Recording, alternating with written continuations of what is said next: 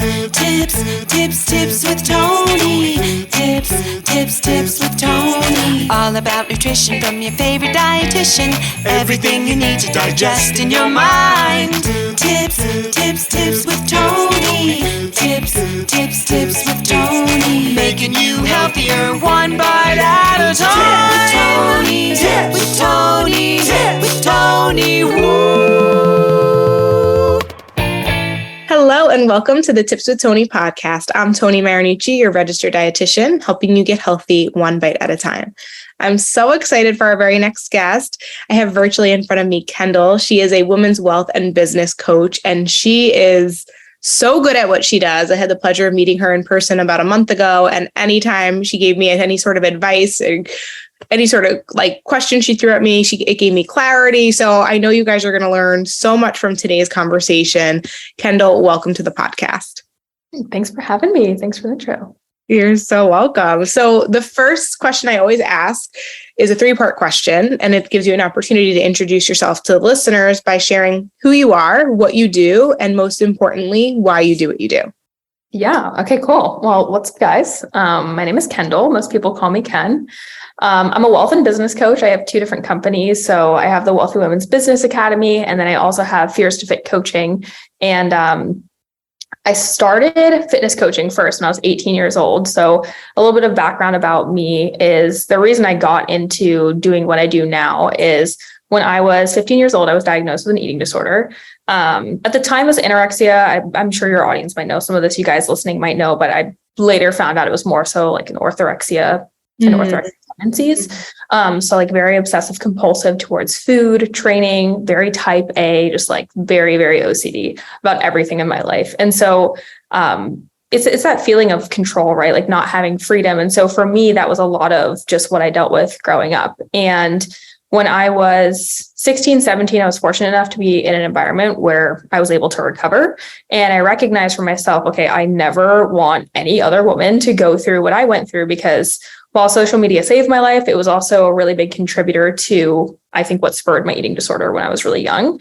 And so that kind of just catapulted me into wanting to become a health and fitness coach. And so kind of funny, I was in school for dietetics and I ended up getting, the CPT, and I went through a few different certifications and integrative nutrition, all that kind of stuff. And I ended up leaving school to just go full-time online with fitness coaching. And so just kind of like a catapult of things over time, domino effect. As I got into fitness coaching, a lot of people asked me how I started my company after I scaled it. And then that transpired into business coaching, now wealth and business coaching for women. So domino effect, very big, long story compacted, but. Yeah, no, but I absolutely love it. I mean, it's definitely very rewarding to help people when it comes to when they're struggling with their food and body image, and being able to kind of overcome that, heal from that, and then teach that. So because I definitely also want to get into the Wealthy Woman Academy, but if you could just speak to that, do you find that by you, it sounds like you had almost a quick recovery, but it's not usually that quick. So and then I know that I'm saying that I'm I don't not making it smaller. It just and it wasn't quick. I'm sure it felt very long, sure. But what would you say are some of the expectations you would talking to someone who's struggling with their relationship with food, when it comes to the healing process? What were the things that you did, you think, to that maybe sped it up? Because for some people it could be years. Literally years of healing. Right. So I'll tell you, I think my formal diagnosis was right before I turned 15. And I will tell you, I was recovered. I use air quotes there. I was recovered by the time I was 17, but I definitely still had disordered tendencies. I would honestly say until I was 20, even after I had even started my business, I'm being fully transparent. There were a lot of things I look back at. I went straight from an eating disorder right into competition prep for a bikini show, which is a huge red flag, a huge no-no, to be honest. I've seen women do it, but for me, it was escape. It was how can I stay as small as possible without being considered still having an eating disorder, to be honest with you. Right. What will society deem as normal? Right. And it was my safeguard of I get to stay really small. I don't have to gain a bunch of weight and I get to go to these bodybuilding shows. I love competitors, like all good, like that's your sport, do your thing. But just for me, I could tell it was definitely more of an escape thing looking back now. So my recovery journey was honestly really tough in the sense that I was 15. I was really young. So I was in high school. So to be honest, a lot of it was, I completely isolated myself. And I just remember it was summer going into my senior year. I think it was my junior or senior year. I just spent the summer at home, and that's when I got on Instagram. And I was like, I'm going to turn to this community and I'm going to find a better community. Because I actually was in the eating disorder community, which is actually really toxic on social media. It's kind of like a who can eat the least amount of food. And it's like a competition on there sometimes. And so I decided to just redirect what my socials look like and who I was reaching out to. And I started following some of like my favorite influencers and things like that back then, who now are like friends of mine, which is really cool. And I just completely turned my life around in the sense of, I was like, I want to get strong. I no longer want to be the smallest version of myself. I want to get strong. I want to be healthy.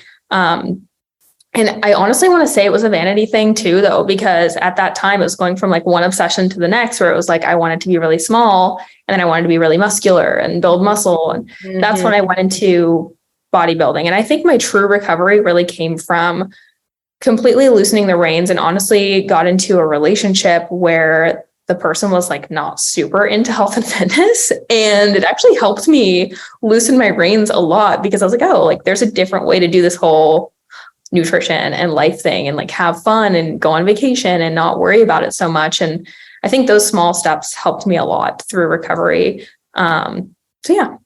Yeah, I think that's key. I mean, that's good that you have the support system of a partner to be able to just be shown this can be done a different way. Mm-hmm. Yeah. You know? Yeah. And it's like having the fun too. Like it's these little like dopamine spikes that I was getting.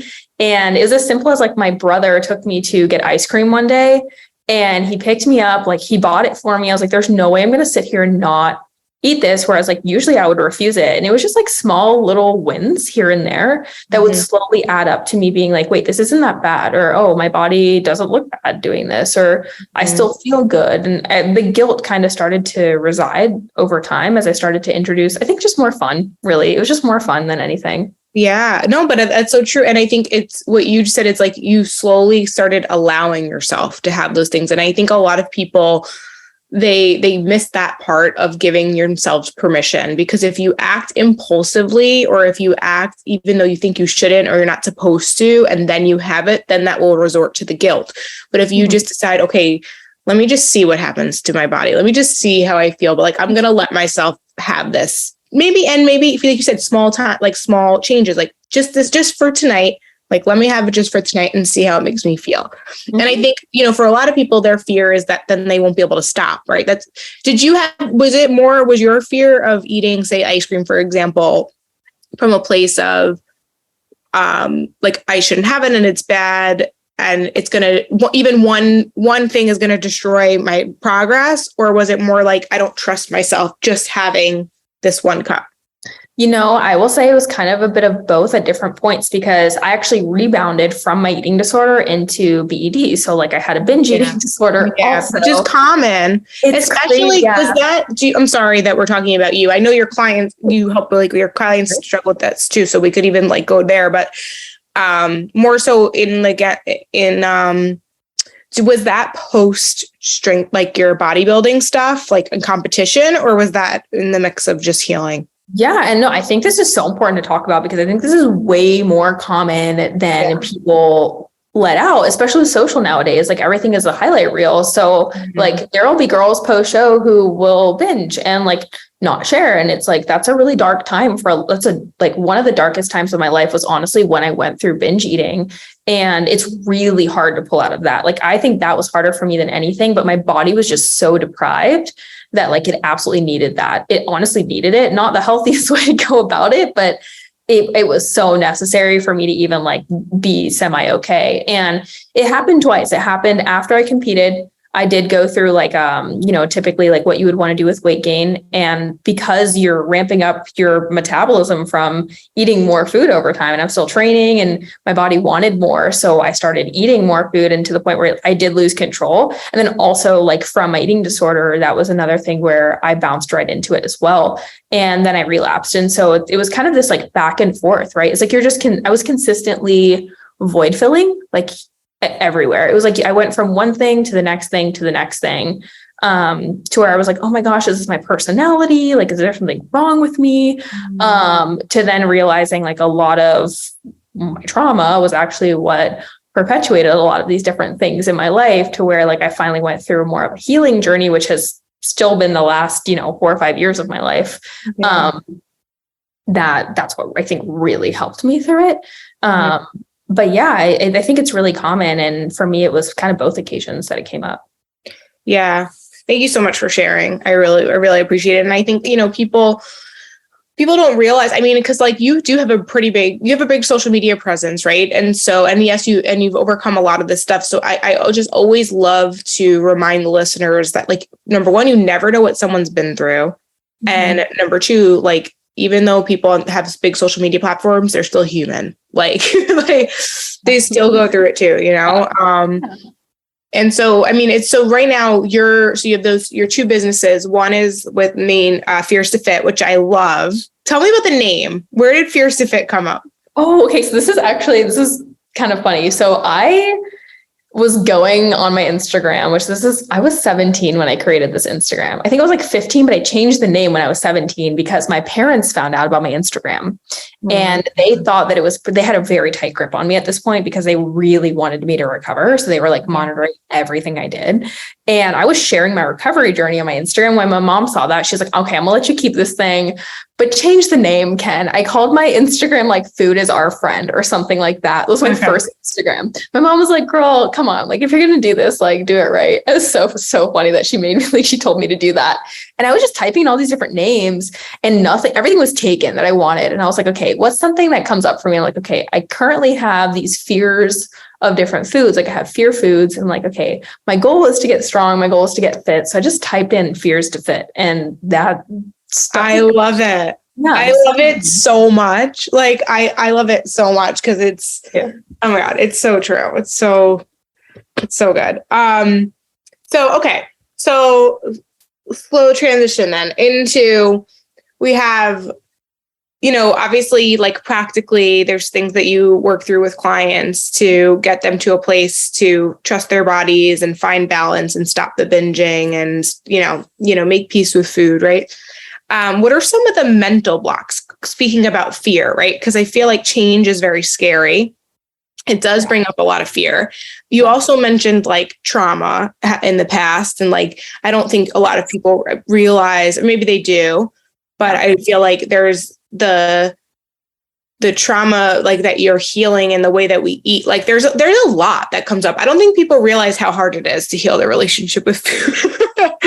Usually it's a control factor, like a control mechanism. So for me, like, I have a few registered dietitians on our team, and then we have our other coaches, some who are more mindset based, and depending on who we work with, like, that's typically the coach will assign them with, right? Like, out of my scope, right? I'm not a dietitian to like help people with like eating disorders or anything like that. But we do get a lot of women who come in chronically under eating and not realizing it, or women who just really fluctuate. And so no matter, I think, what the spectrum is, if it's like, hey, I really need to lose a lot of weight, I have like an unhealthy body fat percentage, or it's like the other side of the spectrum where women might be underweight and not even realize it, there's typically like some rooted thing there, right? Where it's like a feeling of like, I'm not worthy enough of having a body that feels and looks like this, right? Or there's like a vanity attached to it, which for me, a lot of my trauma around just everything in my life was, hey, mom, dad, like, look at me, like, I got good grades, like, I'm doing enough. Like, it's that sense of belonging and that sense of like, hey, I'm perfect enough, like, look at me. And I think honestly, that was a lot of what perpetuated for me. My parents are awesome, like, I have the best relationship with them now, but it's like everybody has trauma, right? So I think for me, a lot of it came down to yeah, just like wanting to have that sense of belonging. And so that was like kind of my thing where I was like, at least I'll belong in this community here, or like, my parents will notice this for me here. And I think that's a lot of where I needed to do the healing, was like becoming my own person and realizing that the way that you look or like how you eat is not a reflection of like what other people think of you. It's like what enables you to, like, your body is a vessel for everything you do in life. And so for me, I'm like, how do I operate my business with the most energy? Like, how do I show up for my girls and my clients with not having brain fog, right? Like, those are all the things I think of now, instead of like, oh my gosh, does my butt look good on Instagram? Like, it's a little different now. Or like, do I have a 6-pack abs, and I will tell you, like, maybe some of you guys might not be able to resonate with this, but I think with social media, having a big following and also being a coach, there's a lot of pressure to look a certain way. Oh yeah. That is like put upon yourself. And I think last year I had to really release that, especially as I stepped into business coaching, because I was like, wait, I no longer want to get clients because my body looks a certain way. It's not how I want to attract people anymore. I want to attract women because they simply need the support mechanism that we have in place, and they're a vibe, like they're my vibe, that's the biggest thing. So yeah, I put a lot of pressure on myself of like that perfect enough kind of feeling, I think a lot of us do that, right? In so many different ways. Like, am I a good enough mother? Am I a good enough friend? Am I a good enough, contributor at my job? Am I, good enough for God? Like, there's so many things that, I think that's a lot of us. We just want to belong. And, I feel like a lot of people listening to this probably fall into the overachiever category. I feel like people, this is a very general statement, but like, it takes a certain person to listen to a podcast. And that actually statistically is true. Like I forget what it was, the actual statistic is, but people listen to podcasts, like, usually are like more educated or more motivated, or just like, they're more high achievers. Like, that's just it. But anyway, so all that to say, like, I think we put a lot of pressure on ourselves to look a certain way, to be a certain way. And it's interesting that you said all you had to really, not all that you had to do, but you just decided to release that. That's it. Yeah. Like the big thing I talk about so many women, especially in the Wealth Academy, with is choices, right? And I think it was for me, I like went to a workshop a few months ago, and this like put the structure behind it for me, where I was like, this makes so much sense. Is like, you have a structure for success and you have a structure for failure. And we consistently choose the structure of failure. Like, it's simply being like, I want to lose 10 pounds. But then we create these resolutions where it's like, oh, but like, that means I have to go to the gym, or like, oh, well, I just can't meal prep this week, or healthy food is expensive, right? Like, there's all these resolutions. And like, if you're listening and you're triggered, like, just bear with me for like 2 seconds. Cause I tell this to some of my girls and they're just like, well, food is expensive. I'm like, I'm not like telling you that you need to get super resourceful, or like, I understand privilege. It's not about all of that. It's a simple choice. It's like, you want something to happen and you make it priority by the choices that you make. And I think for me, I really laid it down where I was like, I'm not going to lie, for a 17-year-old, like 18-year-old, I look back at even my YouTube videos that I used to make. I'm like, I was pretty emotionally intelligent for like a 17-year-old at the time. I was like, bless my parents for helping me with that. Right. But it's like, looking back at it, I kind of realized for myself, like, I was sick of it. I was just really sick of my life. And I realized, like, if I wanted to get better, it was just a consistently making choices, that were going to get me there. Definitely. I mean, listen, there's always going to be reasons why it's not going to work out. And there's also always going to be reasons why it can work out, and it will work out. We just have to decide how we're going to choose to see it. Right. And it's true. Listen, we're in I don't even know what I'm like. I don't know if this is considered a recession or a brink of recession, whatever, like financially. Yes, it's true. Like, literally, the price of eggs have doubled, almost tripled. Like, the prices are rising on things, but at the end of the day, it's like, buy this or buy that. Like, you still got to buy something, like, so it really is. And it's like looking at all the other expenses and all the other things that we spend our money on. And it's like, you have to invest in what you value. Yeah. It's even like, simple as like, get your protein in, go get some tuna packets if that's what you got to do. Like, oh yeah, no, literally this week I have been, because also too, like, I'm just like, life is just crazy. So like, we just moved and we've yet to do like a full shop. Like we've been like picking up things. We have to go to the grocery store. We got to just do we haven't done that. But I literally like, we've had tuna pack. Like I've had like, so I'm just like going through the cabinets. I even been posting on my story recently, like the foods I've been coming up with, like when you say we don't have anything and then like, we actually can make something. Like gotten resourceful for sure. I've made very balanced meals from exactly that, like tuna packets. What else did I have the other day? I don't even remember. Like rice, tuna packets, like some steamed veggies in there. You make but I made it work. You make it work, you know? Exactly. So let's talk a little bit more about what you do in the Wealthy Woman Academy. Is it mostly like dietitians and nutrition coaches, or is it open to like anybody, any woman in business? Yeah. So inside of the Wealth Academy right now, I'd say like 90% of the women we have are either mindset or therapists. We have a few other business coaches, but mostly fitness coaches, dietitians, nutritionists. We have some like people who do more like strength conditioning as well. So kind of cool. There's like a really good variety, which is awesome because you get to learn from people from all different fields and things like that as well.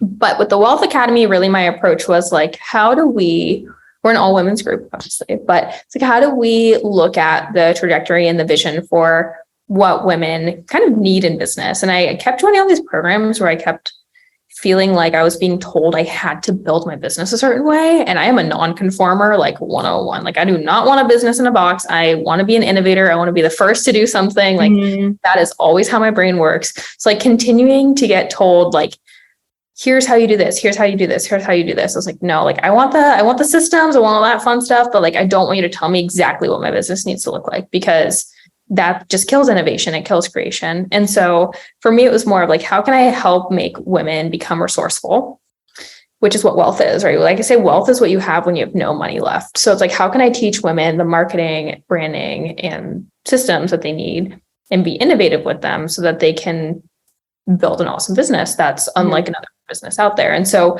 what we do is we really work on what's called self-mastery. That's like what we call our secret weapon. It's a lot of like, how do you take your own journey and your own story, and how do you create a business out of that? And how do you feel really confident about the business you build because it's unlike anyone else's, because it's yours, you know? And so self-mastery work is like the premise of my life at this point, because a lot of people think self-mastery is how to manage emotions, but really it's learning how to recalibrate and tell yourself a different story, because everything we do is just a story we tell ourselves.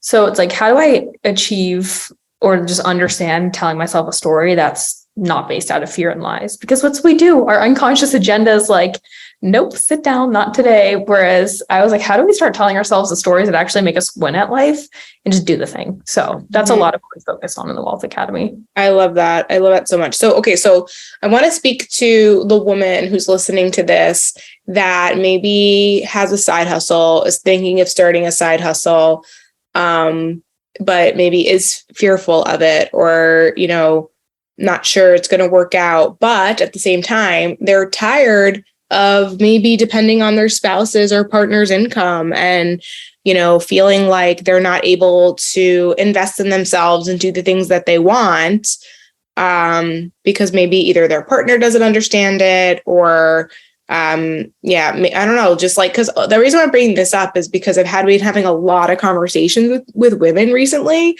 about like, I would totally, you know, invest in this program or my health or whatever. But, you know, I just, you know, it's not in the budget.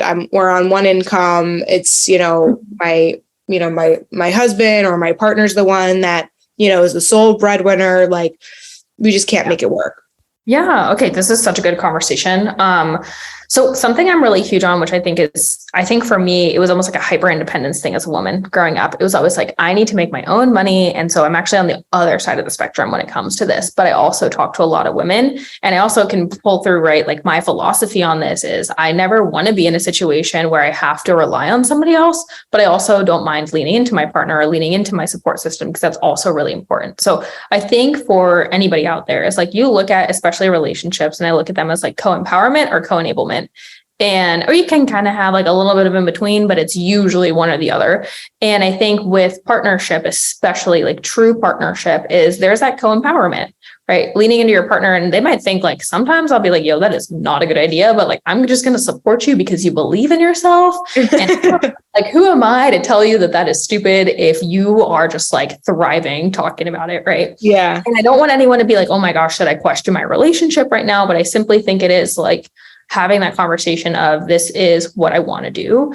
And whether or not you can like financially support it, is like, at least support me in this. So for anyone who's like looking to get started with the side hustle, again, there are always going to be stories that we tell ourselves, but the resolution that women are using with their partners saying, well, hey, like my partner doesn't support it, that is a resolution that keeps you stuck in a stuck structure. And so when you start to take responsibility for your own life and say, hey, like my partner doesn't support this, but I want to do this, is like, what resolution can you create that actually helps you succeed in that? And again, it's just a choice. Like maybe people don't want to hear that of like, well, my partner doesn't support me, so I can't do it. Well, who's like, reevaluate or have conversation about partnership then, because in my personal opinion, I've been in like relationships that have been like that, like very controlling, like not the healthiest, right? And for me, I thought that was normal for a long time, and I made that like my normal, to where like now having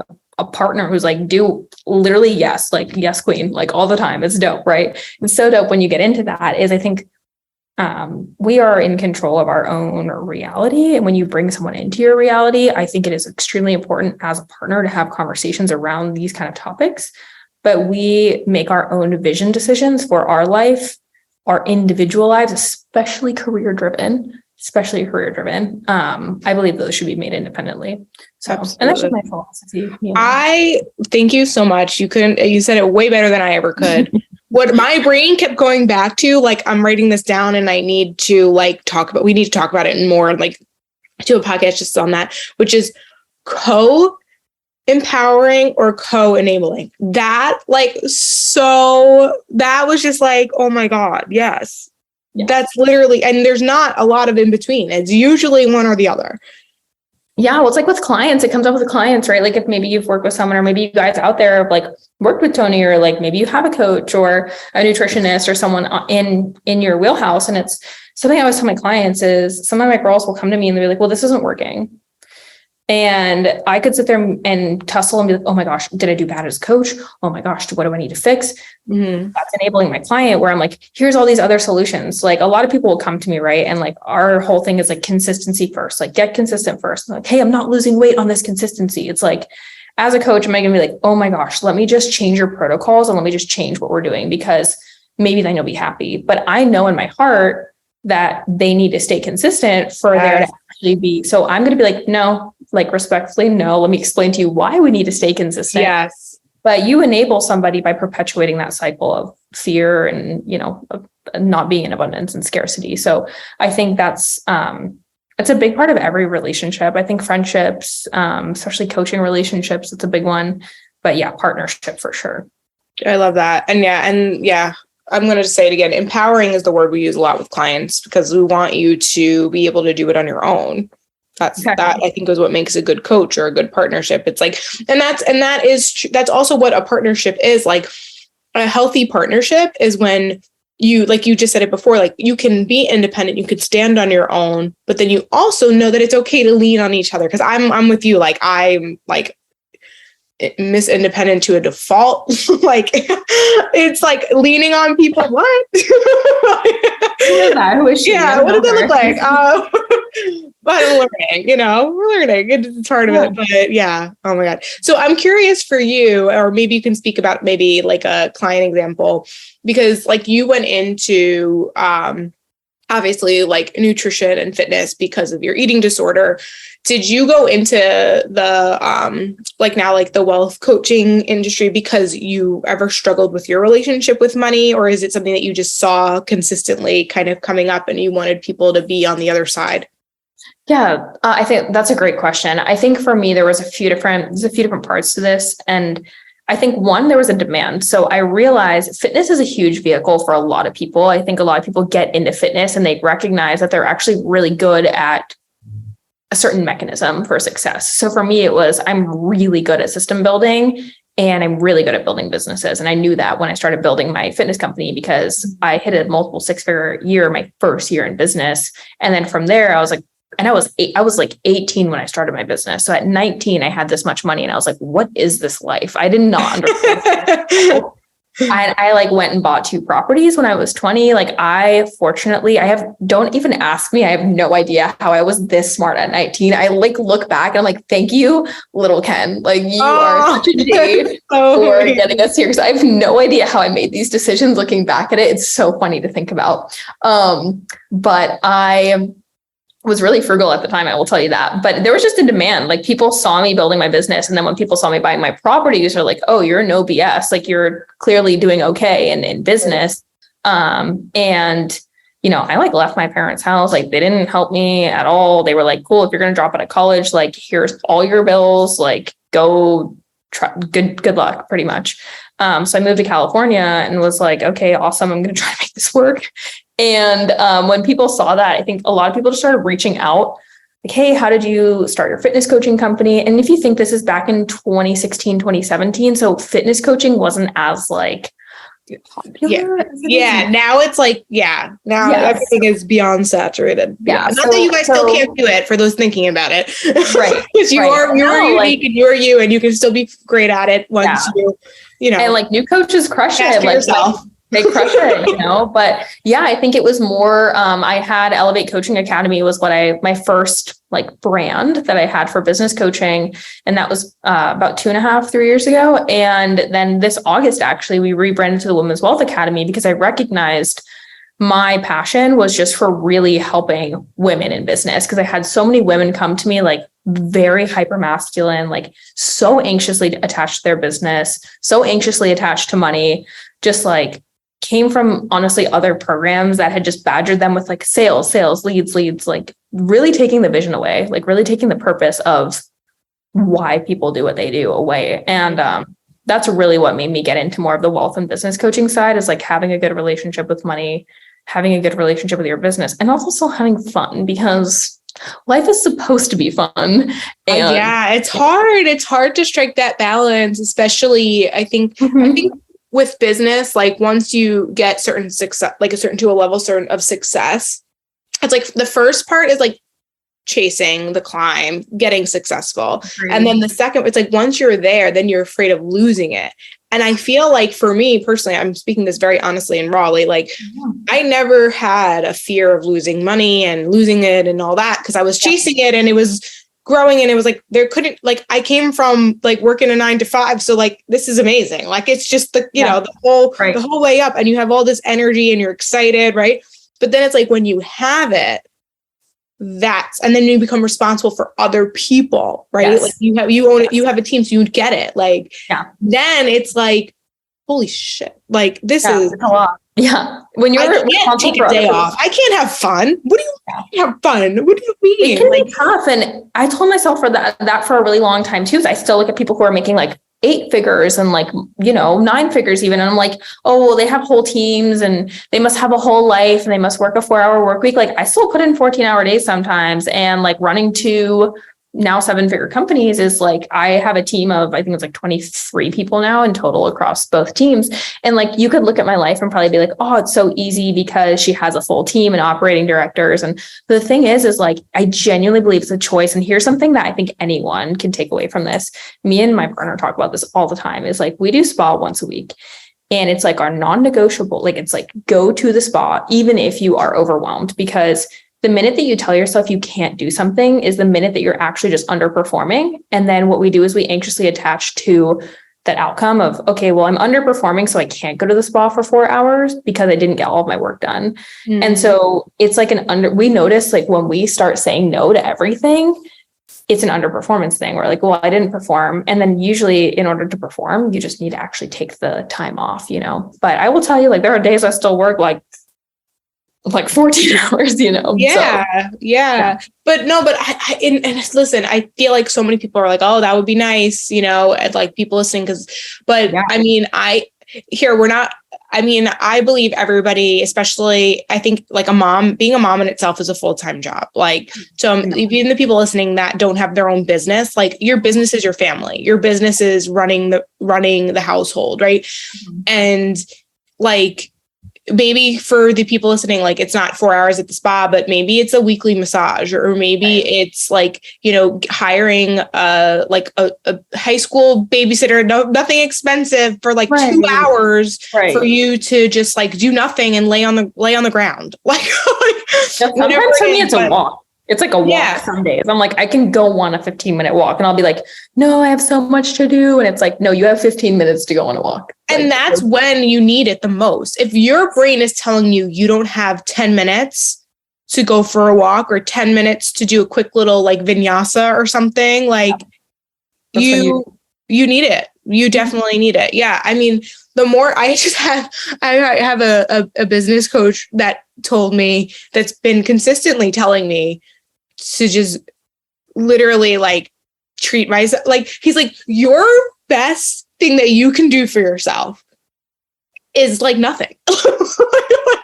Just like take care, like, because I say this to clients, like your energy is your best asset, and our best creative ideas. Yeah, our best creative ideas come from like my creative ideas come from my walks. My creative ideas come from when I'm taking a shower. My creative ideas never come when I'm sitting at a computer and trying to think about it. Nope, never. Nope, never. Literally never. No. Right. And so, yeah, we put all this pressure on ourselves to perform, to not rest. And that's the exact reason why we're on the struggle bus. Yeah. Yeah. That's why for me, it's almost like I never like to force rest. Like if I'm in a really great creative flow where I'm like, oh gosh, I just love work today, I'm going to work. Yeah. But, and I think that's another thing too, is like a lot of people will be like, what should I do? And I like to really just remove the should and be like, what do I feel like I need to do today? And if I'm like anxious, it's like, okay, I know I don't feel like resting, but that's when it's like forced rest almost. Mm-hmm. But I think something for me is like less planned rest and more of like flow with rest. And it takes a good amount of time to, I think, get there also where we can allow ourselves to do that. But it's just a practice. It's kind of like what I said with my whole food thing in the beginning. It's like, it's a practice of uncomfortability and just being okay with allowing yourself to take the risk. It's like, we're only here for so long, like take the risk, do the thing. Yeah. I love it. Oh, that's so good. Kendall, is there anything else you want to add or share before we kind of wrap up and let people know where they can find you? I think my biggest thing, and this kind of circles back to what we even talked about before we hopped on here with the partner stuff, is like, especially for my women out there, just like have your own voice in everything that you do. If you're a mom and you like mom in a certain way, who gives a crap what other people think if your baby is healthy and happy and awesome, right? Like if you're a coach and you coach a certain philosophy and it works really well and your clients love you, awesome. If you are someone who is reaching out for support and your partner doesn't support it and you want to have your own voice to be able to have the life that you want to have, like do that thing. So, yeah. Yeah. I love it. So good. All right, Kendall, where can people find you, follow up with you, and ask any questions if they have them? Yeah, sure. I will direct you guys over to my Instagram platform. And because of my name is basically everything else that is all my socials. I have a YouTube channel as well, TikTok. So it's just Kendall Strampel, KendallStrampel. Great. And I'll put all that in the show notes. Thank you so much for being here. For those listening, thank you for being here. If you did not subscribe to the podcast, definitely hit the subscribe button. A new episode comes out every Tuesday and Thursday. And when you're subscribed, you don't miss a beat. All right, that's it for me today. Thank you so much for listening. As always, this is Tony Marinucci, your registered dietitian, helping you get healthy one bite at a time.